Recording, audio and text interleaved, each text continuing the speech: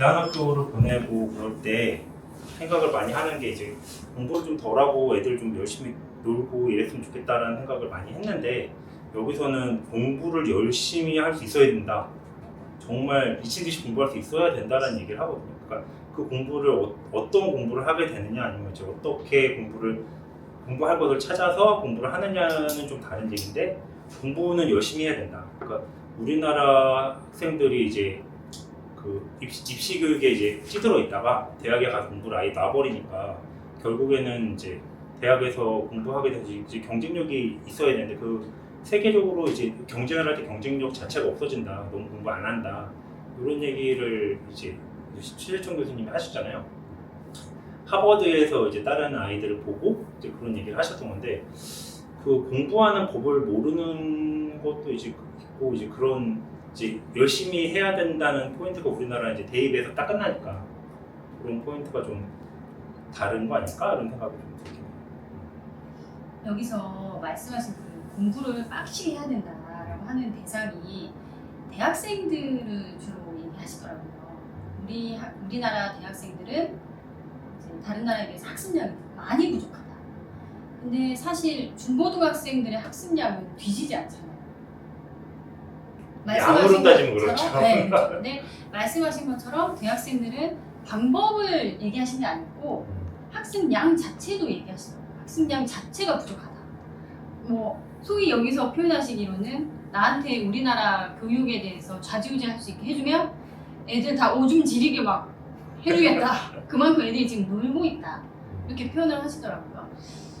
그래서 저는 이제 그 부분에 대해서는 어느 정도 공감되는 부분이 있어요. 말씀하신 것처럼 중고등학교 때까지 너무 이제 입시를 위해서 후달리다가 그 친구들의 입시의 방점이 이제 대학이니까 그 목적을 어느 정도 이루고 나면 노는 친구들이 많고 실제 그 방점이 요즘은 이제 의대로 많이 향하잖아요. 그렇죠. 근데 의대에 입학하면 1년은 노는 게 거의 당연시 된다고 하더라고요. 아 그래요? 네, 제도가 그 얘기를 하시는데 저는 아직 의대에 대해서는 구조적인 이해가 안 돼서 모르겠는데 의대에서는 1학년생들은 놀 수 있는 구조가 되어 있대요. 그렇게 말씀을 하시더라고요. 최지청 교수도 그렇게 말을 하고 TV에서도. 그러니까 이제 뭐 우리나라의 가장 수재들부터 시작해서 노는 게 이제 당연해지는 구조가 된 것 같아요. 예전에는 한 몇 년 전만 해도 대학생들이 그 공무원 고시에 또 매달릴 때가 있었거든요. 그렇죠. 한때 그랬죠. 네, 그때는 대학생들의 학습량이 작다라고 보이지 않았어요. 물론 그 대학에서 중요시하는 전공 과목에 대한 학습은 아니었을 수 있는데 그때만 해도 대학생들이 다 도서관에 있고 근데 물론 이제 공무원 문제집 쌓아놓고 풀고 하는 그런 현실이긴 했지만 근데 또 요즘의 대학 문화 풍토는 좀 다른 것 같아요. 근데 실제로 그런데 그럴까요? 저는 사실 제가 대학 다닐 때는 저는 그래도 그러니까 저희 선배부터 얘기를 들어보면은 저희 선배들은 공부를 하나도 안 하고 학점이 완전히 난장판이 돼도 취직하는데 전혀 문제가 없었다 이런 얘기가 있었거든요. 근데 그거에 비하면 저희는 좀 공부를 하는 추세였고 근데 그 공부를 하느냐가 이제 어떤 공부를 하느냐에 좀 차이가 있을 수 있긴 해도 근데 제가 이제 나오고 나서 한 10몇 년 이제 지나고 애들 얘기 들어보면은 뭐 대학교 들어오면서부터 그 취업을 하기 위한 스펙을 쌓기 위한 거를 1학년 때부터 한다고 하더라고요. 근데 그런 식으로 하니까 양이 부족한가? 아니면 도대체 어떤 공부가 부족한가라는 생각도 좀 들기도 해요. 분명히 안 하고 있지는 않은 것 같은데 라는 생각도 들고 그러면 전공에 대한 몰입이 부족하다 이런 의미시죠. 사실 근데 그 대학이 언젠가 되게 이상하게 이렇게 누군가 이거 이상하지 않냐? 라고 얘기를 해서 그때 이상한 걸 깨달았는데 원래 대학이 회사에서 일을 하기 좋은 인력을 만들어내는 데가 아니잖아요. 근데 학교에서 배워갖고 오는 게 없다. 왜 회사에서 다시 교육을 시켜줘야 되냐? 거의 이런 맞아요. 식으로 한참 그런 뉴스가 나왔었어요. 근데 맞아요. 생각해보면은 대학이 원래 그걸 위해서 만들어지지 않았는데 왜 그걸 요구하냐? 그게 필요하면은 원래 그 재교육을 원래는 기업에서 하는 게 맞대요. 근데 그거를 그 역할을 사실 우리나라는 좀 대학으로 떠넘기는 경향도 좀 있긴 하죠. 저는 기본적으로 그 이 최재천의 공부를 보면서 우리가 공부로 한정하는 게 도대체 뭘까? 근데 대부분의 이제 학부모들이나 사람들은 우리가 공부라고 하면은 딱 그 교과, 학과 공부로만 좀 국한시키는 게 있어요. 그래서 이 최재천의 한 45페이지에 이분이 그런 얘기를 하거든요. 삶의 중요한 시기에 있는 아이들의 시간을 우리가 지금처럼 빼앗아도 될까? 저는 요 구절의 핵심은 우리가 공부라고 믿는 그 교과를 공부하는 시간에 애들이 그걸 공부라고 한정 짓고, 그러니까 이 아이들이 사실은 여기서 보면은 아이와 그 성인의 그 사다리의 지점이 사실은 지금의 중고등학교 아이들인데, 이때 학과 공부에만 팍 치중을 하는 거죠. 이 아이들이 내가 올바른 성인이 되어서 내가 어떤 삶을 살 것인가에 대한 고민하는 요 시기에 학과에 몰입하는 그 얘기를 하고 있지 않을까. 그러니까 이게 그 교과가 사실은 저희의 인생을 결정지어 주지 않잖아요. 지금의 입시 시스템을 보면 그렇게 결정지어 주는 게 맞는데, 그 입시로 우리의 인생 전체가 결정될 것인가, 그 주도권을 과연 아이들이 가질 수 있는가라고 하면 저는 그렇지 않다고 보거든요, 지금의 현실은. 그래서 그런 부분을 좀 안타깝게 생각하는 것 같아요. 우리가 공부를 교과에 한정할 것인가 말 것인가, 저는 그 얘기부터 좀 했으면 좋겠다라는 생각이 들어요. 지금 저희 학교에서 하고 있는 뭐 초, 중 등의 교과 과정은 사실은 그래서 교과에 편중되어 있지 않잖아요. 교과를 나눠서 국영수, 뭐 물리, 화학 뭐 이렇게 나눠서 저희가 하지 않고 있고, 프로젝트도 하고 그렇게 하는 이유가 우리가 기본적으로 인생을 살면서 알아야 되는 과목이 있지만 인생의 목표가 입시가 아니기 때문에 우리는 교과에 어느 정도 편중하지 않는다. 그래서 교과에 편중하는 그 중학교, 고등학교의 그 6년의 삶이 우리 아이들에게 정말 필요한 시간인가? 저는 그 얘기를 먼저 좀 하고 싶다. 이 책을 보면서 그런 생각을 했어요. 현실적이지 않더라도 이런 고민이 되지 않으면 현실이 그냥 이렇게 휩쓸려 가니 우리도 휩쓸려 갈 수 있거든요. 그래서 저희는 그 휩쓸려 가는 와중에 우리가 좀 논의해야 될 게 무엇인지, 생각해야 될 게 뭔지, 이 공부란 책을 읽으면서 그런 생각을 좀 하게 되었습니다. 말씀하신 것처럼 공부는 과목에 국한되어서 얘기하신 것 같지 않아요. 왜냐하면 심지어 여기에 사회의 고통은 과목별로 오지 않는다. 아니, 이런 문구도 나오거든요. 그러니까 우리가 실제 사회 속에서 겪는 일들은 시간이 촉박한 것도 아니고, 심지어 과목별로 오는 것도 아닌데, 우린 너무 과목별로 이제 계속 학교에서 이제 수업을 하고 있고, 그게 공부라고 알고 있다. 라는 이제 그런 문구가 나오기 때문에 이제 과목에 오히려 국한되지 않게 이제 얘기를 하신 것 같고, 여기서 이제 말씀하신 것처럼 아이들에게 삶을 돌려주자라고 하는 부분에서 이제 인권을 얘기하시거든요. 우리 아이들의 인권을 우리가 거의 유린하고 있다라고 되게 강력하게 얘기하시는데, 이제 제가 이 책을 2024년에 제가 이 책을 이제 도서관에서 빌려서 읽었고, 그 당시에 저희 아이가 6학년이었고요.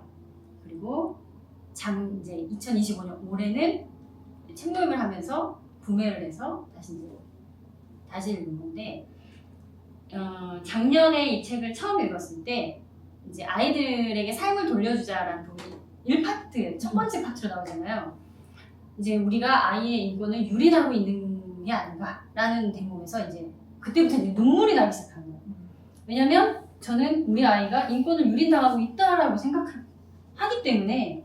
근데 이 상황을 어떻게 제가 개선해 줘야 하는지에 대해서 그 당시에는 답을 못 찾았어요.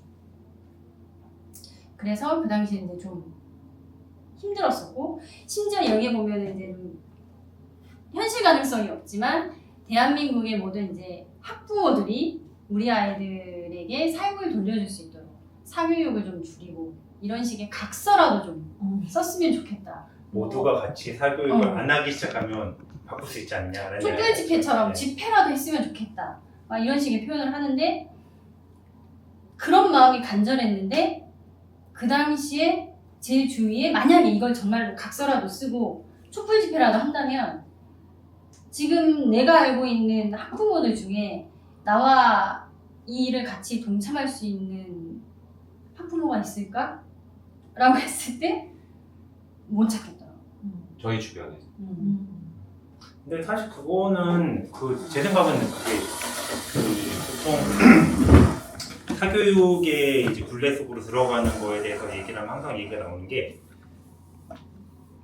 의식이냐라고 하면은 주변에 다 하니까. 그러니까 답이거든요, 네. 대부분. 하도 열차에 탄 거죠. 네, 그러니까 우리만 안 하면 어떡하지라는 네. 그 전체적인 흐름에 못 따라갈까봐 무서워하는 게 사실 가장 크다고 얘기 들었어요.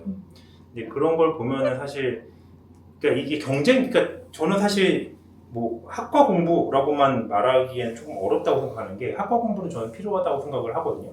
근데 그거를 여기까지 해야 되냐라고 하면 좀 부정적이다라는 생각을 좀 하는 거죠. 예를 들어서 그러니까 제가 여기까지라고 말하는 거는 경쟁교육이 뭘 만드냐면은 예를 들어서 만약에 어려운 수학 문제를 어떤 프로젝트를 하기 위해서 풀어야 해라고 하면은 이 문제를 일주일이든 한 달이든 고생을 해서 풀어내면 되거든요. 근데 우리나라에서는 그만큼 어려운 문제는 아니더라도 이거 2분 안에 풀어야 넌 1등급 뭐 이런 식이잖아요. 그렇죠. 그러니까 그게 왜 풀어냐 누구보다 이거예요. 빠르게 풀어요. 그러니까 그게 왜 필요하냐 이거예요. 그 빨리 푸는 게 그 사람의 실질적인 생산력에 생산할 수 있는 생산 능력에 그 비교가 되느냐? 제가 보기엔 안 될 것 같거든요. 그러니까 어려운 문제를 고생해서 풀어낼 수 있는 사람이 필요한 건데 그거를 조금 더 쉬운 문제를 한 1, 2분 내에 빨리 풀어내야 되는 능력이 필요하다? 그런 건 사실 사회에서 생활할 때 어디에서도 그런 문제를 본 적은 저는 없거든요. 그러니까 우선 그렇게 문제를 푸는 거를 학습하도록 만들었잖아요. 그러니까 모든 사람들이 더 빨리 다른 사람보다 더 빨리를 하는 거예요. 다른 사람보다 더 빨리를 하게 된 게 사실 세대로 보면은 한 90년대 중반 후반부터 이제 그런 식으로 시작을 했는데 사실 그 전부터 그랬긴 했겠죠. 근데 이 속도감이 그때부터 좀 빨라졌다고 생각을 하거든요. 그러니까 그런 식으로 더 빨리, 더 어려운 거, 사실 우리가 일상생활에 전혀 쓸 필요 없고, 심지어 나중에 가면 어떤 식이 되냐면, 변별력이라는 걸 위해서, 왜냐하면 줄을 세워야 되니까. 그렇죠. 변별력이라는 걸 위해서 말도 안 되게 문제를 꼬아놔요. 이렇게 꼬은 문제가 어디에서도 필요 없는데. 그냥 이거는 변별력만 위해서 문제를 꼬아놓은 거잖아요. 이렇게 꼬아놓은 문제를 푸는 능력이 필요한 게 아닌데, 세상은. 근데 그렇게 해서 사람들이 불필요한 노력을 모두 여기 쏟아붓게 만드는 거죠. 그러니까 그 부분이 사실 인권유린에 가까운 거라고 저는 생각을 하고요. 사실 예를 들어서 수학이라고 치면은 수학에서 삼각함수에서 뭘 해야 돼 라고 하는 거는 이게 어떤 원리를 가질 수 있고 이런 거는 자연환경이나 이런 데서 어떤 거를 해석할 때 이 문제를 푸는 방법을 써. 이걸 알아야 되는데 저도 고등학교 때 그랬지만 외워요. 삼각함수 사인 세타하고 어쩌고 하면 뭐가 돼. 외워. 그냥 항상 그거였거든요. 이걸 왜 외워야 되는지 항상 모르면서 저는 사실 그래서 잘 못 외웠어요. 이거 왜 해야 돼? 저는 그러니까 이걸 왜 해야 되는지 왜 해야 되는지 모르면은 아예 그런 데 관심이 잘 안 가는 타입이라서 항상 그런 식이니까 그 경쟁 교육으로 가게 되면은 불필요한 노력만 쏟게 만드는 거예요. 제가 보기에. 그러니까 그거를 빼고 이 사람이 내가 어떤 걸 하고 싶은가를 찾는데 그 시간을 다 쏟을 수 있으면은 저는 학과 공부는 그 정도면 충분하다고 생각을 하거든요. 저는 학과 공부는 필요 없어. 물론 모두가 그렇게 생각하시는 않겠지만 학과 공부도 필요하지만 불필요하게 경쟁을 시켜서 순위를 매기기 위한 어거지 문제를 만들어서 그거를 풀 수 있도록 모든 패턴을 암기하는 방식의 교육에는 동의할 수 없다라는 생각을 하긴 해요. 저도 많이 동의합니다. 어찌 보면 이제 이 다음 불안 세대 책이랑도 연결될 것 같은데 지금 여기서 아이들의 인권을 얘기할 때 또한 얘기하는 게 그냥 정말로 기본권이거든요. 그 나이에 아이들이 푹 자고 잘 놀고 잘 먹고 친구들이랑 놀고 자기 하고 싶은 거 할 수 있는 시간을 줘야 하는 그런 시기에 아이들이 이제 학교에서는 경쟁적인 수업을 하고 그 다음에 학원을 갔다 오면 제때 식사하기도 어렵고 그리고 친구들하고 놀만한 시간도 여유도 없고 그래서 나의 어떤 다음 스텝에 대해서 뭔가 아니면 나의 취미라던가 꿈에 대해서 고민해볼 시간도 여유도 없고 그래서 우리 아이들의 인권이 유린당하고 있다라고 얘기하신 거라고 저는 생각이 들고 그리고 그러한 상황 속에서 아이들이 이 시간에 이걸 채울 수 있는 허전함을 채우고 친구의 허전함을 채우고 이런 불안을 채우는 것들이 이제 미디어, 스마트폰 쪽으로 가고 있고 그래서 더욱더 이제 이게 반복적인 악순환이 되어가고 있지 않나 이런 생각이 들었어요. 정말로 한 초등학교 고학년에서 중1 정도만 돼도 저녁 식사를 뭐 한 6, 7시 사이에 못하는 친구도 굉장히 많고 뭐 저는 얘기 듣기로는 초등학교 다니는 애들도 밥을 집에서 못 먹고 편의점에서 삼각김밥 먹고 네. 그걸 매일 한다고 그러더라고요. 얘기 들어보면. 네. 그러거나 아니면 저녁에 이제 집에 오는 시간이 8시 근경이에요. 이제 그때 저녁을 먹는 거죠. 사실 제가 이 경쟁에 대해서 이제 제 친구들한테 얘기를 했을 때 친구들이 했던 얘기가 다른 나라도 다 경쟁을 해. 경쟁이 나쁜 건 아니야. 라는 얘기를 하는 거예요. 근데 제가 그 말을 듣고 사실 뭐 마음으로는 반박을 하고 싶었어요. 반박을 하고 싶었는데 반박은 하지 못하고서 진짜 그런가? 이렇게 좀 찾아봤거든요. 근데 거기도 경쟁이 치열하다고 하더라고요. 근데 제가 이제 어딘가에서 얘기를 들었던 게 한마디로 우리나라는 이 피라미드가 하나다. 그게 문제다라고 얘기를 하는 거예요. 무슨 얘기냐면 피라미드가 한 200개 정도 돼. 라고 하면 내 취향에 맞는 데 가서 경쟁하면 되거든요. 그게 없다는 거예요, 우리나라. 이 꼭대기에는 의대가 있고 이 피라미드에 모두가 타 있어. 여기에 타 있지 않은 사람들은 보통은 일반적이지 않은 사람들이라고 보통 아예 그냥 좀 아예 다른 사람이라고 생각을 하죠. 그러니까 그런 거 빼면 우리나라는 피라미드가 하나밖에 없는 게 오히려 문제가 아닐까라는 생각도 들긴 하더라고요. 지금 말씀하신 이야기를 들으면서 두 가지의 책이 생각이 나는데 하나는 이제 꽃들에게 희망을 이란 책은 그 책과 또 하나는 경쟁교육은 야만이다. 제가 그 책을 썼죠. 이 두 가지 책이 생각이 나요. 근데 아까 말씀하신 것처럼 사실은 경쟁 자체가 없는 사회를 저희가 상상할 수 없는 세대에 저희가 지금 살고 있고 그런데 이제 이게 그러면 경쟁이 여러 부분에 나눠져 있으면 괜찮은가? 그 부분은 그 꽃들에게 희망을 책에 보면 나와 있잖아요. 서로 팍 밟으면서 제일 꼭대기에 올라갔어. 애벌레들이 막 서로 이 애벌레를 막 이렇게 막 해치면서 꼭대기에 올라갔어. 그런데 자기가 제일 올라가서 드디어 나는 탑이구나 딱 생각했는데 이 넓은 들판을 보니 거기에 너무 많은 탑들이 있는 거예요. 수많은 탑들의 꼭대기를 향해서 막 서로 올라가고 있는데 결국은 꼭대기로 올라가는 것이 정답이냐의 의미인 거잖아요.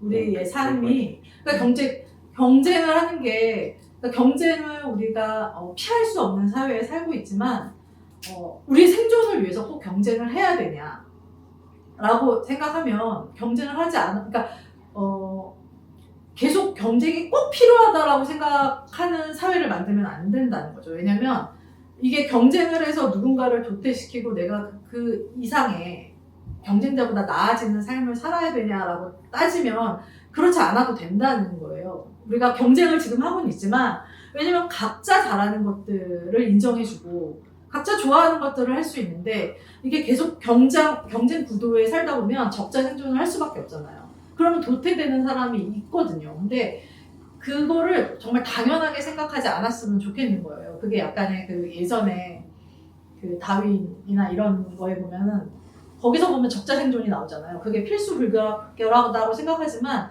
요즘의 이론들을 보면 그렇지 않다라고 얘기하는 사회학자들이 굉장히 많거든요.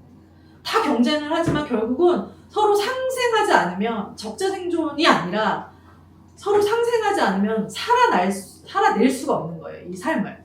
그렇게 따지면 이 적자 생존이 당연하니 경쟁은 필수다라는 생각에서 조금 벗어나서 우리가 경쟁하지 않고 서로 도와줘야 야, 살 수 있는 사회가 되었다. 약간 이렇게 생각을 좀 바꾸면 좋을 것 같다는 생각이 좀 들고. 근데 어쩔 수 없어요. 경쟁은 하고 있다는 걸 저는 강력하게 동의를 하고. 그런데, 그게 꼭 필요하다라는 생각에서 좀 벗어났으면 좋겠다라는 생각이 좀 들고.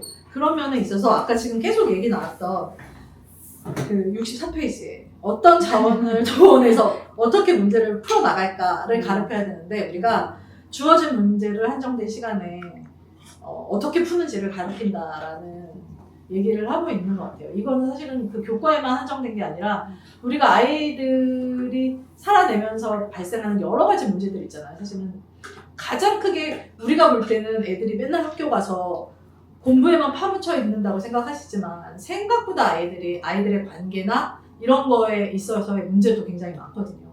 근데 그런 문제가 생겼을 때 아이들이 되게 조급해하는 거죠.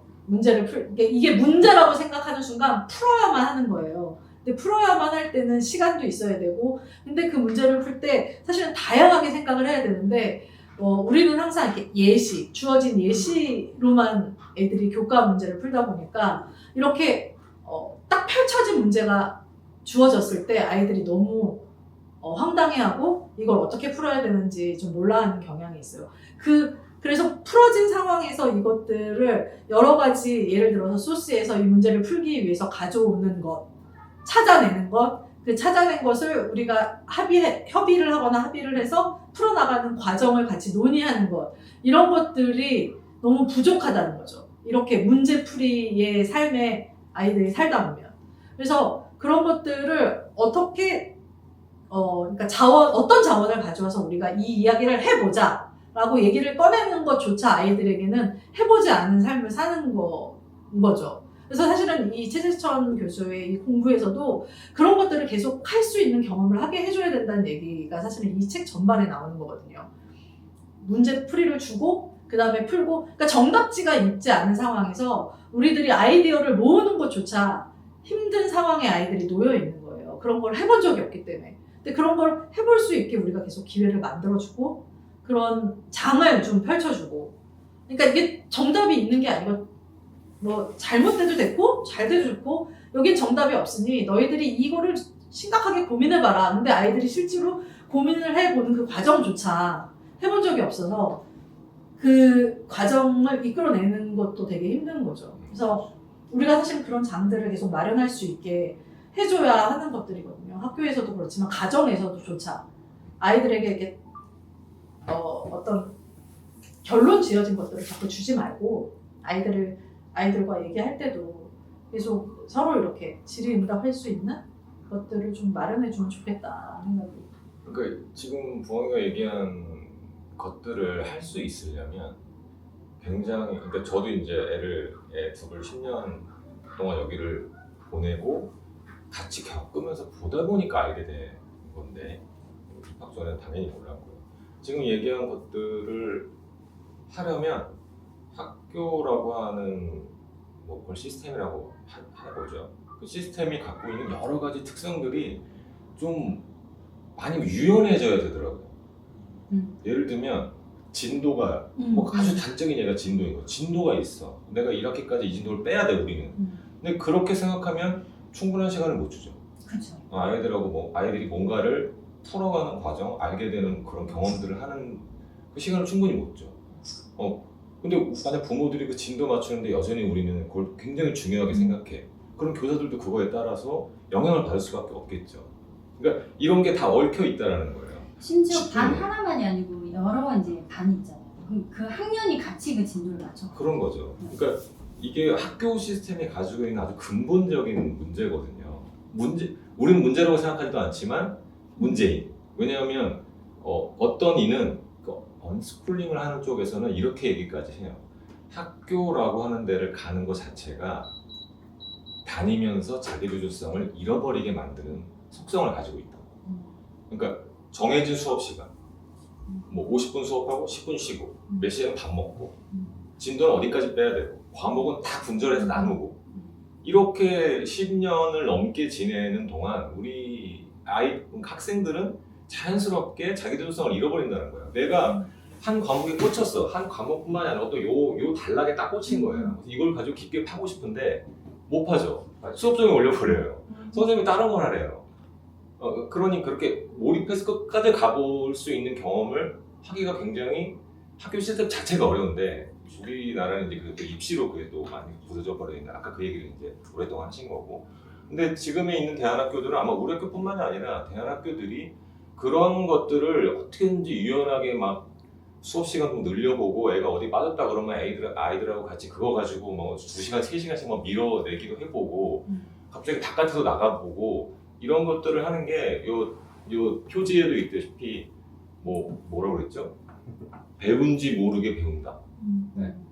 저는 이 책에서만 이 얘기가 나온 게 아니더라고요. 다른 데서도 많이 나왔던 얘기인데 그게 굉장히 중요한 그 키워드가 아닌가라는 생각을 하게 되고 예, 그러려고 여기서 이제 10년 동안을 지냈던 거구나라는 생각을 이제 책에 읽으면서 했던 것 같아요. 지금 내로가 말씀하신 자기 조절력은 내가 뭘 좋아하고 내가 뭐에 집중할 수 있고 이런 걸 말씀하신 거죠? 자기 주도성. 자기 방금 말씀하신 그렇죠. 그러니까 저는 최유청 교수가 자기의 예를 들면서도 얘기를 할 때 보니까 내가 꽂히면 어떻게든지 뭘 해 간다 이런 얘기를 본인의 예를 들어서 많이 하셨잖아요. 그러니까 그게 보통- 자기 조절력이라고 한다면 근데 그거랑 보통 이제 공교육에서 자기 조절력이라고 하는 것은 그 수업 시간 내에 얘가 진도를 잘 따라가고 뭐 35분, 40분 수업이면 그 시간 내에 엉덩이 탁 붙이고 잘 앉아있고 헛소리 안 하고 딴짓 안 하고 그 능력치를 약간 자기 조절력이라고 생각하는 것 같아요. 참을성 아닌가요? 공교육에서 얘기하는 거. 그렇죠. 공교육에서. 그래서 그걸 자기 조절력이라고 부르는 거예요. 그리고 뭐 친구가 이렇게 건드린다고 해서 이거 하지 않고 화내지 않고 그런 걸 이제 자기 조절력이라고 부르는 것 같고 그거를 이제 보통 초등학교 1학년 보내기 전에 엄마들이 많이 고민이 되기 때문에 우리 아이가 과연 가서 35분, 40분 잘 앉아있고 친구한테 갑자기 화내고 이거 안 할 수 있을까. 그래서 이제 그 집에서 하는 스터디 있잖아요. 선생님들 학습지. 학습지. 그거를 한 5살, 6살 때부터 일단 시작을 하는데 그 이유 중에 하나는 엉덩이 힘을 그때부터 키워줘야 되는 거예요. 이제 한 5살, 6살부터 한 20분씩 앉아있는 훈련을 해야 되고 그 다음에 이제 7살 되면 30분, 40분 늘려야 학교 1학년 가서 이제 40분 동안 앉아서 수업할 수 있다. 이제 그렇게들 많이들 실제 하고 있고 그래서 1학년 보낼 때 가장 이제 엄마들이 걱정하는 건 우리 아이가 수업 시간에 잘 앉아있나. 근데 이제 말씀하신 것처럼 수업 시간에 앉아서 1교시하고 2교시하고 이건 이제 선생님이 내주시는 문제들을 이제 수행하는 과정들이 6년이 지나가면 이 패턴의 애들이 딱딱 맞아지는 거죠. 그래서 어찌 보면 자기 조절력이 생긴 것 같지만 실상으로는 이제 내실이 없어지는. 그러니까 실제 걔네들이 무엇을 공부했는지는 알까? 근데 사실 그렇죠. 사실 공교육에 대해서 무조건 부정적으로만 보고 있지는 않지만 공부를 한다. 를 안 하지 않나? 네. 저는 공부를 안 한다고 생각해요. 학습과 공부도 좀 다른 것 같아요. 네, 그러니까 학습을 하지 공부를 하지 않는다. 그래서 실제 학습 목표라고는 하죠, 학교에서는. 근데 사실 이게 뭐 어디까지 정해진 진도를 나가고 이 문제를 풀 수 있고가 목적이잖아요. 근데 사실 제가 생각하기에 공부라고 하면 그냥 말하자면은 리서치, 탐구에 가까워야 한다고 생각을 하거든요. 근데 그런 식으로 공부를 안 하기 때문에 네, 그래서 좀 그런 게 문제가 아닐까요?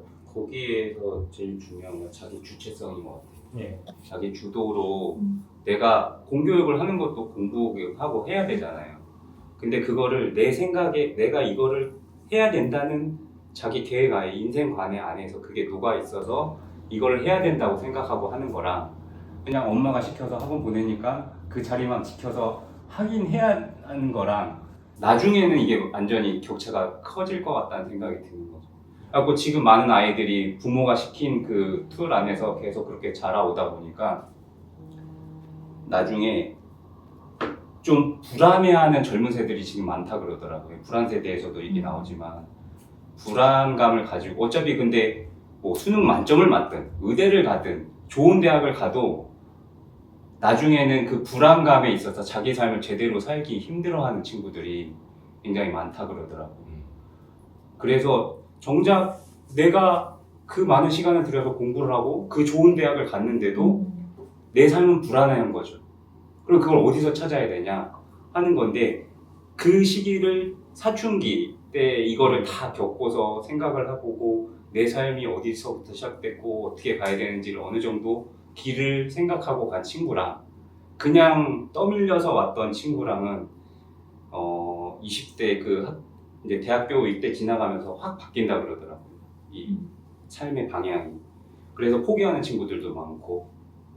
그래서 저는 저희 수직꿈을 일반 학교 6학년 보내고 딱 봤는데 이게 서로 이제 논의를 했잖아요. 이렇게 보내야 되나 말아야 되나. 논의한 거 맞죠? 네. 어느 일방의 그게 아니고 아니. 논의하신 거 맞죠? 네. 근데 수업에 철학이 있었어요.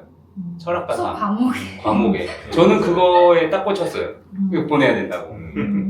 왜냐면 그 시간이 없어요. 요즘 아이들한테는 그 철학, 자기가 어떤 삶을 살아야 되고 그런 것들을 이제 남들이 어떻게 했는지 그런 철학 이런 것을 보면서 자기 삶을 생각하는 시간이 필요하다고 생각이 드는데 그 시간이 없이 지금은 지나오기 때문에 대학교 때 사춘기가 오는 거죠. 그때서야 이제 내가 진짜 원하는 게 뭔지, 내가 정말 하고 싶은 게 뭔지를 고민하다가 이제 중퇴하는 친구들 많고, 그 뭐라 그러죠? 대학교 다니면서 재수를 준비하는 친구들도 많고, 전과하는 친구들도 많고. 제가 보기엔 대학교 때만 찾아도 다행이다. 그렇죠. 그 진짜요. 진짜로. 왜냐면 회사 가면은 그때까지도 못 찾는데. 네, 못 찾아서 그러면 이제 우리가 생각하는 노예로밖에 살 수 없는. 네. 자기 삶에 자기 주체성이 없으니까 그냥 끌려가는 대로 회사 다니니까 그냥 노예처럼 살면은 불안감이 오는 거죠. 그러면은 이제 병원 가야죠. 그 서울에 있는 유명 대학교라고만 되어 있었는데 수강 신청 기간이었는데 공지문으로 수강 신청은 학생 스스로 결정해서 합시다. 부모에게 맡기지 않는 무슨 대학교의 뭐 학생이 됩시다. 이렇게 공지를 띄웠다고. 그거는 사실은 지금 이 책을 읽고 있는 것도 마찬가지지만 아까 얘기한 자기 주체성, 자기 주도성은 어떤 일정 연령이 돼서 갑자기 확 발현되지 않는다고 봐요. 저는. 네, 그건 아주 어릴 때부터 사실 키워져야 되는데 자기 주도성과 자기 주체성이 키워지려면 여기 지금 여기 우리 불안 세대에서 나오는데 아주 어렸을 때 아이의 놀이가 굉장히 중요한 것 같아요. 여기서 자유놀이라고 꼭 집어서 얘기하거든요. 네. 행동. 주어진 환경과 이게 어른에 의해서 만들어진 환경 아니고 이렇게 있는 환경에서 자기가 무엇을 하고 놀고 어떤 놀이를 할 때 내가 재밌고 그때 필수적으로 주어져야 되는 건 충분한 시간인 거예요. 아이들이 충분히 자기가 즐거움을 느끼는 어떤 놀이를 할 수 있고 그 놀이를 할 때 근데 그 놀이를 또 혼자 할 수는 없잖아요. 일정한 나이가 되면 어릴 때는 혼자 할 수 있지만 일정한 나이가 되면 또 여러 명의 아이들과 같이 놀아야 되는 거죠. 자유놀이도 사실 혼자 하는 자유놀이도 있지만 같이 하는 자유놀이가 있단 말이에요. 그 놀이 안에서 조절 능력이 없으면 아이들은 놀 수 없어요. 놀이란 거는 굉장히 머리가 확 놀아지는 것 같지만 그렇지 않거든. 그 안에 암묵적인 규칙과 합의와 여러 가지의 주고받음이 있어야 관계가 있어야 놀이가 되는 거거든요. 그런 걸 통해서 아이들이 배워지는 거예요. 놀이를 하면서도 너의 타임이 있고 나의 시간이 있고 우리가 여기서 조절해야 싸우지 않고 놀 수 있고 나도 정말 저거 가지고 너무 놀고 싶지만 좀 기다려야 되고 이런 것들을 통해서 아이들이 자기 조절력이 생기고 그 다음에 이게 맨날 이렇게 보다가 어느 순간 놀이를 좀 주도할 때 애들이 붙어주는 경험을 하고 그럴 때 뭔가 더 좀 재미있고 이런 경험들이 있는 거잖아요. 그런 경험을 통해서 사실은 애들이 학교를 가서 자기 주도성을 찾는 건데 그거는 저는 공교육이든 우리 같은 대학교육이든 다 똑같다고 봐요. 아주 어릴 때부터 잘 이렇게 조율된 아이들은 환경이 어떻더라도 그 안에서 자기 조절력을 찾아요. 자기 주도성을 찾는다고요. 왜냐면 애들도 이 잘 노는 그 관계 속에서 키워지는 게 관계성이잖아요. 그게 저는 눈치이기도 하지만 사회성이기도 하거든요. 그런 걸 가지고 아이들이 어떤 시스템 안에 들어갔을 때 대안학교라고 해서 시스템이 없지 않잖아요. 우리에게도 시간의 차이가 있지만 수업하는 시간이 있고 노는 시간이 있고 구분이 있고 경계가 있고 그 안에서 잘 넘나들면서 조절을 하는 거잖아요. 근데 그거는 공교육도 마찬가지고 대안학교도 마찬가지예요. 그러니까 아이들이 그런 경험 속에서 자기 스스로 잘 조절을 할 수 있어야 되는데 그 경계가 모호해지는 순간 굉장히 힘들어지는 거예요. 그러면서 자기 조절 관계도 깨지만 아이들과의 관계도 깨어지는 거예요. 그래서 그런 경험들을 우리가 많이 하게 해주어야 아이들이 훨씬 자기 주도성을 가지고 잘 하는데 공교육에서는 그런 기회가 좀 적게 주어지죠. 그리고 일단 관계 안에서 부딪힘을 굉장히 학교폭력이라는 이름으로 없애버리자. 시스템 안으로 가져와서 그걸 자꾸 재단하게 되잖아요. 근데 아이들은 그 안에서 부딪힘 안에서 사실은 경계를 가지고 조절 능력을 키워서 여기까지는 하면은 싸움이 되겠구나. 여기까지는 충분히 해볼 수 있겠다. 근데 어쨌든 대안학교에서 진짜 몇십 년 동안의 실험을 통해서 아이들에게 그런 경험을 주어줬을 때 애들이 훨씬 자기 조절력이 높다라는 결론을 가지고 우리는 충분히 실험할 수 있는 시간을 주긴 주죠. 공교육에 비해서 조금 더 많이. 근데 여기서도 무한정 그렇게 서머일처럼 이렇게 팍 풀어지게 줄 수는 없잖아요. 이 안에서의 어떤 그 규율과 이런 것들이 있으니까. 그런 것들을 통해서 키워지는 것 같아요. 그래서 그런 것들을 하려면 아까 얘기한 대로 사실은 부모님들 안에서도 어떤 합의가 필요한 거죠. 우리가 어디까지 아이들이 그 자기의 경계와 자기들의 규칙을 탐색해 갈 수 있는 기회를 줄 것인가. 그 지점에서 사실은 부모의 힘이 좀 필요한 거예요. 근데 공교육에서는 아예 그런 기회조차 없으니까 저는 제가 이 수지고등학교를 9년을 보내면서 불안 세대에 나왔던 그 불안한 부모, 아이 하나를 가진 그 불안한 부모로 시작을 했죠. 1학년 때. 굉장히 힘들었어요. 저도 지금은 이렇게 막 웃으면서 엄청난 멋진 얘기를 하는 것 같지만 사실 그 9년 안에 수많은 불안이 깔리면서 나를 서로 이야기를 통해서 부모들 안에 하면서 깨어지고 그 불안을 좀 내려놓고 또 학년이 올라가면 불안이 올라가고 내 애가 또 누구랑 부딪히면 또 불안이 올라오고 그런데 수많은 경험을 통해서 그것들이 좀 버려지고 다독여지고 이해되고 나를 또 위로하고 이런 과정이 있었던 것 같아요. 그래서 그런 경험을 저는 부모님들도 하셔야 된다고 생각해요. 내 아이를 그렇게 키우려면 내 스스로가 그 경험을 하지 못하면 아이들에게 그 경험을 절대 주어주지 않거든요. 그래서 그 경험이 우선적으로 우리가 필요하다. 이 공부에서 나온 것도 아이들 얘기로 시작했지만 사실은 부모인 우리가 그렇게 살아내지 않으면 절대 아이한테 줄 수 없는 경험이거든요.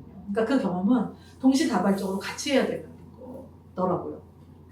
근데 그 얘기를 보면은 결론적으로는 아이들에게는 시간이 필요하다라는 게 제일 큰 것 같아요. 그러니까 아이들이 자기가 뭐 관계를 만들고 자기가 이제 성장할 수 있는 계기를 찾고 성장하는 과정도 시간이 충분히 주어져야지 할 수 있다라는 게 포인트인 것 같기도 하고요. 그리고 또 이제 그런 게 있는 것 같아요. 아까 네로께서 말씀하셨는데 저는 사실 그 몰입이라는 단어가 정말 중요하다고 생각을 하거든요. 그러니까 어떤 거에 자기가 관심이 생겨서 그거를 끝까지 파고 들어갈 수 있는 몰입하는 경험이 있어야 된다고 생각을 하는데 저는 이게 정말 중요하다고 생각하거든요. 이 경험이 없으면은 나중에 뭘 하든 어느 정도 수준 이상으로 깊게 들어가서 파고들고 노력을 해서 무언가를 성취해내는 그 경험을 하는 게 정말 힘들거든요. 그러니까 이 몰입할 수 있는 시간과 여유를 충분히 줘야 한다가 이제 가장 중요한 포인트가 아닐까 하는 생각이 좀 들어요. 네, 이렇게 생각하다 보면 내용이 계속 원점으로 가죠. 아이들에게 어떻게 시간을 줄 수 있을까? 시간을 주려면 공부의 양을 줄여야만 하는데 학업의 양을 줄여야만 하는데 과연 시스템적으로 아이들에게 학업의 양을 줄여줄 수 있을까? 그래서 이 책에서는 그런 얘기도 하거든요. 전문가들이 다 모여가지고 최소 학업 수준을 맡아보자. 아이들에게 필요한 공부가 지금 너무 과도하게 책정되어 있으니 최소 교육 위원 소위 뭐 이런 거 만들어서 그런 걸 만들어서 필수적으로 배워야 할 것들만 가르치고 나머지는 시간을 좀 주자. 아이들에게 당황할 수 있는 시간, 실수할 수 있는 시간 뭐 이런 것들을 좀 주자. 근데 뭐 아까 얘기했던 것처럼 사실 지금 불필요하게 경쟁을 시키는 것만 빼도 꽤 많은 시간을 벌 수 있다고 생각을 하긴 하거든요. 물론 그것도 충분하지 않겠지만. 근데 그 경쟁을 줄인다는 것 자체가 시스템을 바꿔야 된다라고 네, 그렇죠. 저는 생각이 되는데. 근데 그거를 이제 거부하고 온 사람들이어서 여기가 근데 그 시스템을 그 바꾸는 시간을 게 거기다 낭비하지 않게 하자라고 하고 여기 온 거잖아요, 사실. 이게 강도가 바뀔 뿐이지 그 시스템은 굉장히 오랜 시간 유지되는 거잖아요. 그래서 제가 이제 이 책을 읽을 때 첫 단락부터 눈물이 났다고 하는 건 사실상 바뀌지 않을 것 같아서 어려울 것 같아서 그래서 그 당시에 좀 마음이 많이 답답했던 건데 그 답답한 마음이 저희는 지금 저희가 수직근무인 지 한 학기 됐잖아요. 그래도 조금의 어떤 희망 같은 게 좀 생겼고 그리고 시대적으로는 왜 요즘에 워낙에 AI니 뭐니 교육에서 변화가 너무 거세니까 이 거센 바람 속에서 혹시 변화가 오지 않을까? 시대의 흐름에 맞춰서 좀 변화가 좀 급변하니까 오지 않을까라는 기대가 좀 있고. 근데 뭐 사실 저는 AI도 AI지만 그 변화는 인구 절벽으로 올 수밖에 없다고 생각을 하는 편이어서 이제 어쩔 수 없다고 생각하거든요. 인구가 확 줄어드는데 지금처럼 줄 세우면은 그 나머지 다 패배자 만들 거예요. 그 지금 몇 명 되지도 않는데 한 명 한 명이 되게 소중한 상황이 되어버렸기 때문에 바뀔 수밖에 없을 거다라고 생각을 해요. 일본이 그런 걸 좀 보여주고 있는 것 같아요. 일본은 지금 대졸 취업률이 99점 몇 %. 아니, 취업률 거의 100%에 예. 다 학교에서 모셔가려고 그러고. 예. 그러니까 지금 그 우리나라 90년대 중반 초반에 있었던 현상이 일어나고 있대요. 어떤 식이냐면은 졸업 예정생인데 데려다가 술 먹이고 여행 보내고 우리 회사 오라고 그걸 하고 있대요, 실제로. 우리나라도 옛날에는 그랬다고 얘기를 들었거든요. 근데 지금 그걸 하고 있다고 그러더라고요, 일본. 그 시골에서 집 살려면 부동산 가서 저 이 집 사겠습니다. 그럼 돈을 준대요.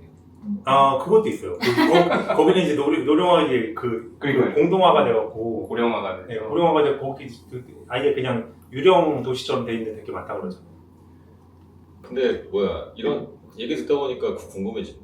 공교육 지금과 같은 공교육을 쭉 12년 하고 이제 사회에 나왔어 사람들이. 근데 인구가 확 줄 거잖아요. 그건 아니지만 네. 확 줄어. 그럼 그 친구들이 같이 모여 있는 상황에서는 뭐 회사나 조직이나 이런 것들이 어떻게 굴러갈까? 아까 얘기한 것처럼 뭔가 좀 더 좀 여유로워졌잖아요. 네. 사람이 쪼는 바람에 여유로워진 거 아니야. 그랬더니 이제까지처럼 각자 도생을 했던 그런 스타일에서 뭔가 서로 얘기하고 협의하고 좀 양보하고 막 이런 식으로 흘러갈까? AI는 이거는 사실 AI랑 대화할 것 같은데. 학습의 문제라기보다는 사람들이 처해 있는 상황이 달라짐으로 인해서 그렇게 될 수도 있을까? 라는 상상을 한번 해보게 돼요. 그러니까 그런 어떤 그 관계, 그런 삶은 결국 자기 경험에 기반해서 나오게 되잖아요. 그런 사람들이. 그러니까 예를 들어서 어떤 뭐를 진행할 때 한 번도 서로 그 과정을 협의하거나 뭐 이렇게, 물론 애들이 프로젝트 수업도 이제 공교육에서 하긴 하지만 어떤 정말 예를 들어서 처음부터 끝까지 어떤 완수의 그런 같이 협업해서 하는 프로그램을 해본 적이 없으면 정말 요즘에 젊은 친구들이 이 관계, 회사에 특히 이제 뭐 상하 간의 관계가 있던 동료 간의 관계가 있을 때 AI한테 그렇게 물어본대요. 네. 옛날에는 왜 우리 그 메이트판 이런데 직장인들의 삶에 물어봤잖아. 조언을 구했잖아요. 그거를 AI한테 물어본다고 하더라고요. 근데 사실 크게 다르잖아요. 왜냐면 예전에는 이제 사람이 대답을 해줬다면 요즘은 AI가 그 사람이 대답해 준 거를 총 모아서 그 상황에 맞는 거를 그 상황에 맞게 대답을 해주긴 하지만 그렇게 바뀌어지긴 하겠죠. 바뀌어지긴 하겠는데 아까 이제 변화 얘기도 하셨지만, 그러니까 이 사람은 생각하는 게 다 똑같은가 봐요. 지금 하신 얘기들을 제가 적어온 거에 있네요. 변화 얘기를 할 때. 내가 아까 봤어요. 그죠. 그다음에 개인이 힘이 있다고 생각을 한다. 여기서 이제 다른 하셨던 분이, 왜냐하면 세상이 완전히 변화하려면 구성원인 내가 바뀌어야 그 변화가 완성되기 때문이다라는 얘기를 하거든요. 그래서 아까 얘기해 주신 그 말에 저는 무서울 때가 있어요. 아, 과연 바뀔 수 있을까? 정말 이 세상이 나 한 사람이 이렇게 노력한다고 바뀔 수 있을까라고 얘기하지만 사실은 우리가 이렇게 얘기를 하면서 우리 안에서 수직고등학교에서도 어떤 화두가 있을 때 저희가 엄청 얘기를 많이 하잖아요. 이 과정을 밟잖아요. 그 과정을 통해서 각자 다른 생각을 하고 있고 각자의 생각의 수준이 이 정도의 차이가 있고 그런데 이 안에서 우리가 우리만의 어떤 공통된 생각으로 아니면 공통된 실천을 좀 뽑아내려고 엄청 애를 쓰잖아요. 그 과정이 길 때도 있고 짧을 때도 있지만 어쨌든 그 과정을 거친단 말이에요. 그리고 그 안에서 우리가 실천을 하려고 노력을 하면 벌써 아주 작은 부분이지만 하고 있는 사람들이 좀 있어요. 그러면 경쟁과 다른 의미로 옆 사람을 보면서 제가 힘을 받잖아요. 저는 가능하다고 보거든요. 우리가 해왔던 그러니까 여기서 우리가 수많은 사회 운동들이 다 그런 몇 사람의 뭐 물론 위에서부터의 변혁도 있고 아래서부터의 변혁도 있지만 누군가의 이대로는 못 살겠다. 바꿔보자라는 어떤 그런 생각으로 바뀌어진 것들이 되게 많아요. 사실 대한 교육도 그전에는 없었잖아요. 그냥 공교육이 그런가 보다 하고 살았지만 우리 때는 제 기억에 대한학교는 연합고사 떨어져 일반고등학교 못 간 친구들이 뭐 특집을 하고 해서 저 멀리 갔을 때에 대한 얘기가 나왔어요. 그런 대안에서부터 시작했지만 지금은 다른 대안을 가지고 있잖아요. 여러 교육적 목적을 가진 것들을 인정하면서 대안을 주는 거거든요. 그러니까 그런 저는 변화가 있을 거라고 생각하고 그런 운동성들이 분명히 일어나고 있고 그것들이 받아들여지고 있어요.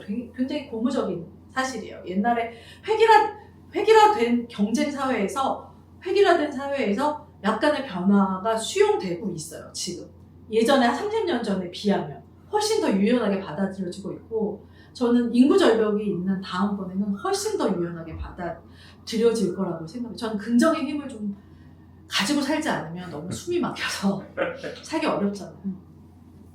일전에 한동안 그 심편입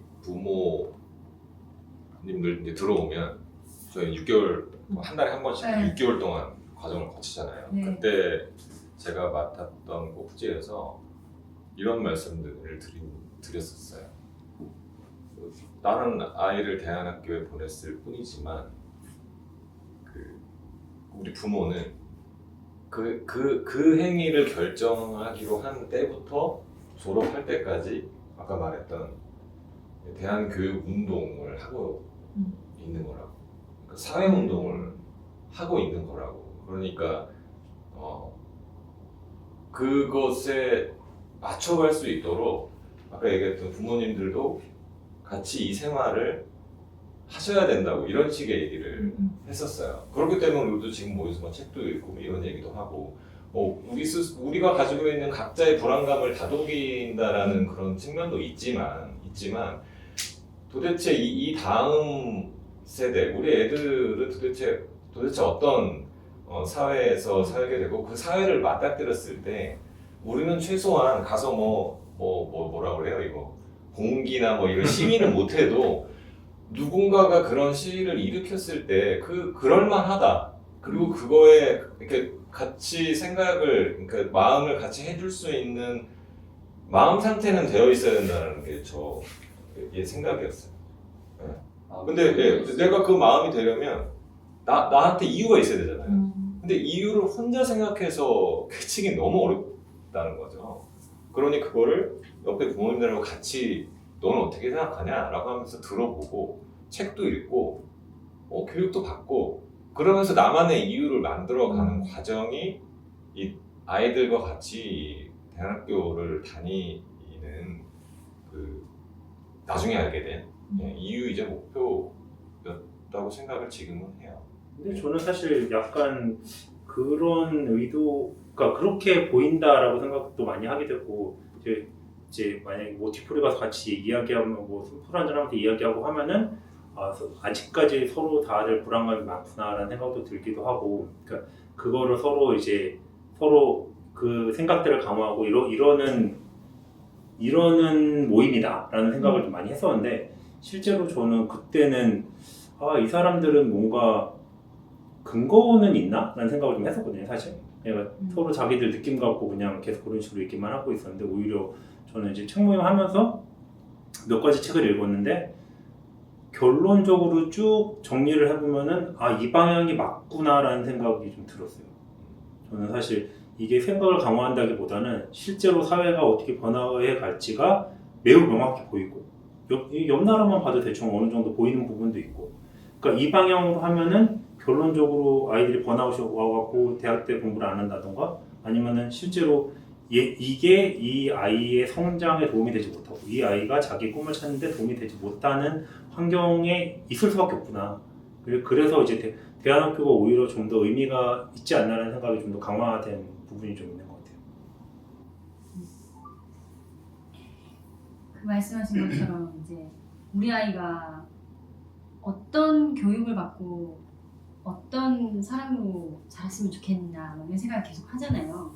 근데 말씀하신 것처럼 이 시대상이 적합하구나 라는 생각을 많이 하는데, 그 21세기에 필요한 AI 시대에 필요한 인재상, 소위 말하면 그런 능력으로 전문가들은 창의력, 소통력, 그리고 질문하는 힘, 이런 것들을 뽑는다 하고, 심지어 IT 회사에서 개발자를 뽑는데 그 개발자의 어떤 개발 능력보다 소통 능력을 먼저 뽑는다는 것도 제가 최근에 봤어요. 그런 걸 볼 때 지금 여기서 하고 있는 교육들이 그 방향성과 좀 맞지 않나. 그러니까 여기서도 이제 최치원 공부 책에서도 이제 얘기를 많이 하시는데, 읽고 쓰고 이제 토론하고 하는 능력이 중요하다라고 얘기를 많이 하시잖아요. 실제로 근데 그 그러니까 공교육을 다니면 가장 부족한 면 중에 하나가 그런 거라고 생각을 하거든요. 실제로 걔네들 읽기도 많이 읽고 뭐 하지만서도 실제로 뭔가를 같이 힘을 합쳐서 만들어낸다던가 그런 소통을 한다던가 토론을 해서 뭐 네가 틀렸네 내가 맞았네가 아니라 이거에서 뭔가를 그러니까 서로 깨닫는 게 있고 뭐 끄집어낼 수 있는 그런 절차를 겪을 수 있는 것, 이런 거를 봤을 때는 생각할 수 있는 기회도 적고 시간도 너무 적다라는 생각이 좀 들긴 해서, 뭐 저희 학교가 그런 포인트에 대해서 상당히 집중을 많이 하잖아요. 그게 사실 AI 시대에 되게 적합한 교육이라고 저는 생각을 해요. 이제 읽고 쓰고 말하기, 그래서 뭐 말하기에 방점을 찍어서 말하기는 뭐 토론이다 이런 얘기 하시더라고요. 근데 진짜 저희 애 보면은 읽고 쓰고 말하기를 정말 열심히 하고 있더라고요. 아니 근데 그걸 보통 싫어하지 않아요. 싫어하면서 하죠. 제가 입학 설명회 때 만났던 서희는 그때 데리고 같이 왔잖아요. 네. 서희는 같은 학생이 아니에요. 제가 봤을 때는 그날 그 자리에 앉아있던 사람이 아니야. 네, 학교를 다니면서 몇 개월 만에. 근데 그 전에 이제 공교육 학교를 다니면서 읽고 쓰고 말하기를 그때도 좋아했다? 안 좋아해. 안 좋아했다? 근데 갑자기 좋아질 수가 있나요, 그게? 지금은 좋아하나요? 그러니까 이제 저는 공교육 자체를 이제 부정하거나 하는 건 아니에요. 근데 다만 우리 아이에게 어떤 교육 환경이 더 맞나라고 했을 때는 그 고민에 여기로 온 건데, 서희는 원래 읽고 쓰고 말하는 걸 되게 좋아하는 아이였어요. 원래는 책도 그림책도 이만큼씩 쌓아서 보고, 쓰는 것도 한 1, 2학년 때도 철자도 다 틀리는데도 엄청 써내고, 말하는 거는 뭐 둘째가라면 뭐 아쉬울 정도로. 내가 봤던 서희가 아니라니까. 네. 그럼 말을 안 하는 애. 근데 말 시키면 싫어하고. 제가 생각하기에 서희는 공교육이 안 맞구나라는 생각들을 조금씩 했어요. 왜냐면은 그 정해진 시스템 내에서 열심히 해나가는 게 얘한테는 안 맞더라고요. 그래서 이제 어찌 보면은 조금씩 서희가 의지가 꺾여 보인다? 그런 모습들이 좀 보였고, 사춘기를 접하면서 이제 그 모습이 확연해지더라고요. 그래서 이제 학교에서 있는 시간들을 좀 버티고 오는 것 같은, 그래서 그때 보신 모습으로 된 거죠. 와, 힘들었겠다. 네, 그래서 그렇게 읽고 쓰고 말하는 걸 좋아하던 애가, 조잘되던 애가 이제 말도 잃어가고 쓰는 것도 싫어하고, 쓰는 것도 이제 숙제로 이제 쓰는 게 나오잖아요. 혹은 학교에서 써야 하는 수업들이 계속 있잖아요. 그러면은 딱 해야 하는 하는 수준까지만. 그건 뭐. 네. 그래서 저는 저희 아이가 얘가 글을 너무 잘 쓰네라고 1학년 때 생각을 했어요. 그렇지만 받아쓰기는 20점 맞았어요. 서희는 받아쓰기 20점 맞지만 그 오타를 감안해도 글이 너무 유쾌한 거예요. 그리고 뭐 형식이 다 파괴되고. 소설도 썼었어요. 자기가 네. 이걸로. 근데 그게 점수로 환산되니까 20점이 되더라고요. 그쵸. 점수로 환산되면 20점이지만 야, 서희는 다행히도 그 20점에 별로 이제 연연하지 않았기 때문에 저는 그렇다면 괜찮다라고 생각했는데 이게 계속 6년간 쌓이니까 괜찮아지지 않아요. 지체네. 5학년 때부터 이제 네. 연연하게 되는 거죠. 왜냐면 학원을 아예 안 보냈으니까 거의 남들이랑 갭 차이가 많이 나기 시작하면서 이게 느껴지는 거죠, 자기도 스스로. 평가받는 방법이 거기서는 서희가 우월하게 평가받을 수 있는 항목들이 하나도 없었어요. 아니 도대체 무슨 생각으로 학원들을 안 보낸 거예요? 근데 5년 저는 동안? 사실 그게 되게 좀 쇼킹한데 원래 그 대안학교가 뭐 자기 생각이 맞지만 너무 여기는 너무 사회에서 벗어나는 것 같다라고 생각하는 사람들이 보통 뭘 선택하냐면 일반 학교를 보내고 학원을 안 보내면 되겠지라는 생각을 하거든요. 근데 그래봤자 소용없다는 얘기를 들은 것 같아서 네.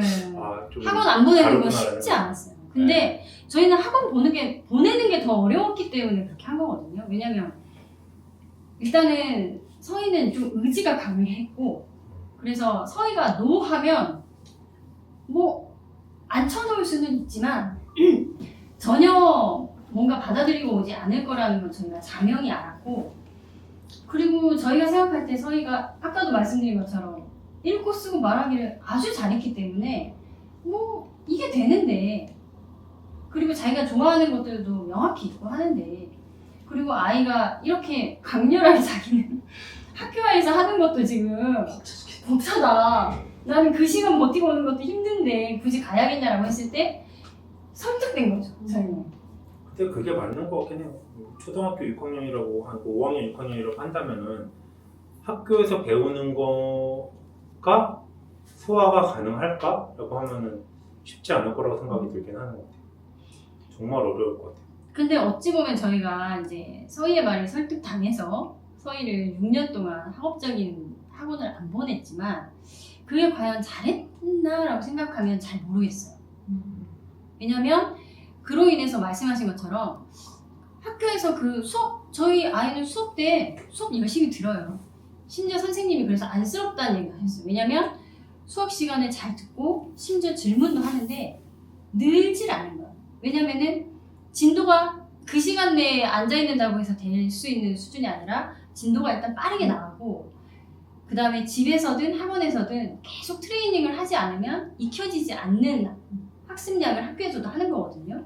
근데 사실 학교에서는 진도를 알려주는 거예요.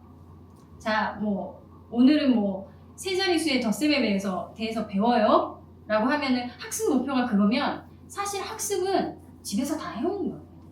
체크하는 거. 근데 서희는 그 자리에서 공부를 하는 거잖아요.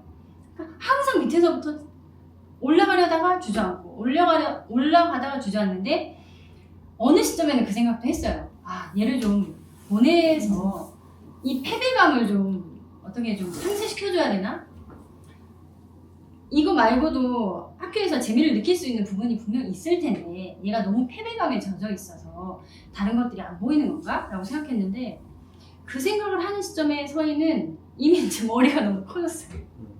근데 우리 이 얘기 나갈 수 있는 거야? 영상으로 나갈 수 있는 거야? 편집해 주실 거예요? 아, 그럼 이거는 편집해주세요. 근데 제가 안 그래도 신랑한테 너무 서희의 개인적인 얘기는 하지 말자. 그러니까 제가 괜히 질문을 해가지고 왜냐면 이제 너무 영상으로 궁금했어. 나가는 거니까. 근데 지금 얘기 들어보면서 지금 생각이 들었던 게 그 학과의 그 교과목들을 생각해 보면은 원래 학교가 생겼다는 목표, 그러니까 원래 학교가 왜 생겼는지는 다들 아시다시피 공장에서 이 일을 해내야 되는 사람을 만들어내기 위해서 학교라는 게 생겼잖아요. 네. 정해진 시간이 있어야 되고 뭐 정해진 목표를 달성해야 되고 그래서 학교가 만들어졌는데 생각을 해보면은 지금 꼭 이걸 예를 들어야 될지 모르겠지만 어쨌든 독일 같은 경우는 그러니까 사실 모든 동물들이 교육을 하는 목적은 자립이거든요. 근데 과연 이 어려운 수학에 이 아이의 자립에 도움이 되는가? 라는 생각을 해보면 이걸 왜 하지? 라는 생각도 들거든요. 사실 이거는 그냥 간단히 말해서 기업들이 원하니까 해주는 것밖에 없는 거예요, 결론은. 기업들이 원하니까, 이 정도 수준을 원하니까. 되게 의미가 없는 게 사실 독일 같은 경우는 필수로 들어가는 게 자전거 타는 거. 이런 거 필수로 들어가요. 예를 들어 수영 자전거 타는 법이랑 그러니까 그런 거는 꼭 필수로 해야지 된다고 하거든요. 실제로 이 아이의 자립과 이 아이의 성장을 위해서 교육을 하는 게 맞는데 실제로는 우리나라의 교육은 그것과 전혀 상관이 없다라는 거죠. 교과목 자체도 사실 문제가 있는 부분이 확실히 있긴 하죠. 사실 그걸 다 따라가야 되나라는 것도 사실 생각해보면 아닐 수 있겠다는 생각이 좀 많이 듭니다. 이 타이밍에서 이제 윤리 얘기를 좀 할 수가 있는데 어쨌든 대안학교를 9년 다니다가 지금 이제 공교육 고등학교를 들어갔잖아요.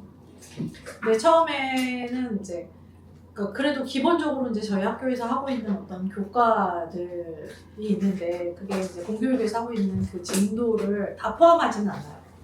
필수 교과는 하고 있지만 그래서 이제 이 아이 같은 경우는 자기가 처음에는 이제 외고를 한번 가고 싶다고 해서 이제 검정고시를 잘 보기 위해서 나름대로 이제 교과 공부를 했었는데 그때만 해도 아시겠지만 검정고시의 수준은 가장 기본적인 기초적인 수준이거든요. 심화라는 게 없어요. 그러니까 그 학년을 제때 졸업하기 위해서 가장 기본적으로 알아야 할 것들만 하기 때문에 사실은 이제 문제풀이 좀 하고 이렇게 하면 기본적으로 점수를 다 받을 수 있는 점수인데 결국은 이제 일반 학교로 가게 됐잖아요. 그래서 근데 진짜 뭐 수학 같은 건 하고 있었지만 과학 같은 건 이제 처음 해본 거예요. 그러니까 멘붕이 오고 되게 어려워하더라고요. 그래서 이제 시험을 봤을 때도 과학 성적이 당연히 잘 나오지 않죠. 근데 이 아이가 했던 말이 뭐냐면 수직고등학교를 나와서 내가 거기서 배웠던 어떤 강점들이 있대요. 그것들은 충분히 자기가 지금 학교 생활을 할 때 엄청 도움이 된다는 거예요. 그러니까 예를 들어 역사 같은 건 배우지 않아서 점수가 안 나오지만 사회 중에서도 현대사 부분에서는 자기 틀리지 않는다는 거예요. 너무 잘 배워서. 그러니까 이게 꿰어진다는 거죠. 그리고 이제 예를 들면 이제 뭐 중등 과정에서 했던 읽기 쓰기 이런 것들이 그러니까 국어에 대한 그러니까 문법적인 거는 모르지만 그러니까 예를 들어 학습과 지식으로 가면 안 배운 거를 틀리지만 기본적으로 읽고 쓰는 능력, 해석하는 능력 이런 것들은 나쁘지 않다는 거예요. 자기 스스로. 그래서 계속 했던 얘기가 그렇다고 해서 꿈학교에서 이런 걸 가르쳐가 아니라 일반 학교에 오고 싶은 마음이 있다면 자기는 후배들한테 그런 얘기를 해주고 싶다는 거예요. 방학 때 EBS 잘 돼 있으니 한번 좀 보고 와라. 근데 자기가 왜 그 공부를 하냐 이렇게 물으면 딱 한마디로 얘기해요. 명확하게.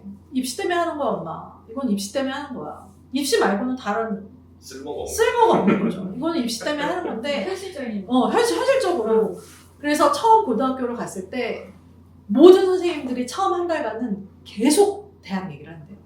지금이 마지막 기회다. 마지막 기회. 나도 들었었는데. 되니까 나 고등학교 1학년, 2학년, 3학년 때 다 들었었는데. 계속 입시 얘기를 하고 지금 시작하지 않으면 안 된다. 지금도 늦었다. 그러니까 이런 얘기를 계속 하니까 아이의 불안이 엄청까지 올라와서 그때 가스라이팅 당하는 거. 가스라이팅을 당하면서 이제 저도 이제 부모님이 저도 가서 이제 교육 과정이 바뀌었잖아요. 이번에 등급이 또 바뀌었어요. 그래서 저도 가서 들었는데 한만 들어도 일단 9년간 떨어져 있었기 때문에 도대체 뭔 소리인지 잘 모르겠고. 근데 아이 나름대로 모든 과목의 선생님이 와서 과목과 상관없이 다 대한 얘기를 하면서 지금도 늦었다 이런 얘기를 하니까 아이의 불안이 이렇게 꼭대기까지 올라와서 그때 이 아이가 모든 학원을 다 보내달라 그러더라고요. 자기 학원 다 그래서 골랐어. 그렇게 갈 수가 없어. 모든 학원 전과목 학원을 갈 수 없어서 네가 생각하기에 부족한 과목들을